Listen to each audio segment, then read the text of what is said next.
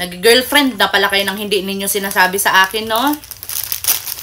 Nagdidesisyon na pala talaga kayo. Magugulat na lang tayo, magdadala na kayo ng babae dito. Wala tayong kamalay-malay. Magsasabi naman kasi sa inyo eh. Saan naman daw ninyo pinagpupulot ang babae na yun? Grabe naman kayo sa pinupulot. Ano yun, basura, pinupulot?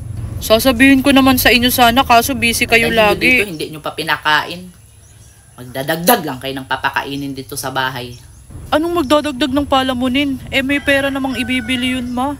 Hindi naman yun patay gutom na makikikain. Mayaman yun sila? Parang ganun na nga. Kaya naka-abroad daw ang parents, ha?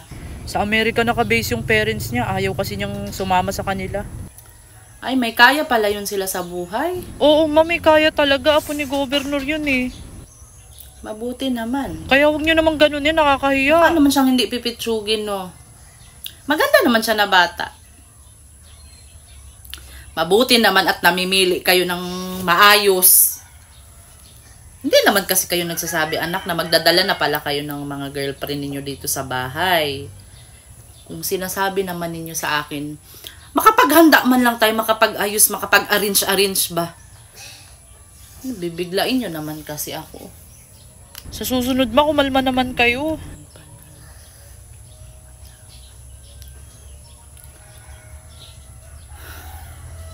Kailan daw babalik yun dito sa bahay? Dapat kasi magsasabi kayo para hindi tayo mabibigla. Naku, lagi naman kayong ganyan. Dorison, maganda ang paningin ko dyan sa ano mo. Sa girlfriend mo. Ganyan dapat pag mamili kayo ng babae. Yung ano ba, matino naman. Ganyan dapat. Hindi kayong magpupulot dyan ng mga basta-basta lang. Di kalidad dapat ang kukunin ninyo. O pagpunta nun dito, sabihin mo, ano ang paborito niyang pagkain? Kaya lulutuin ko. Ihip ng hangin, ma. Kayo Bait sisiguraduhin ninyo, ha? Kapag may girlfriend kayo, huwag ninyong sasaktan. Baka ikaw ng babae ka pa, ha? Matino na yung ano mo, girlfriend mo. Huwag mong lulukuhin.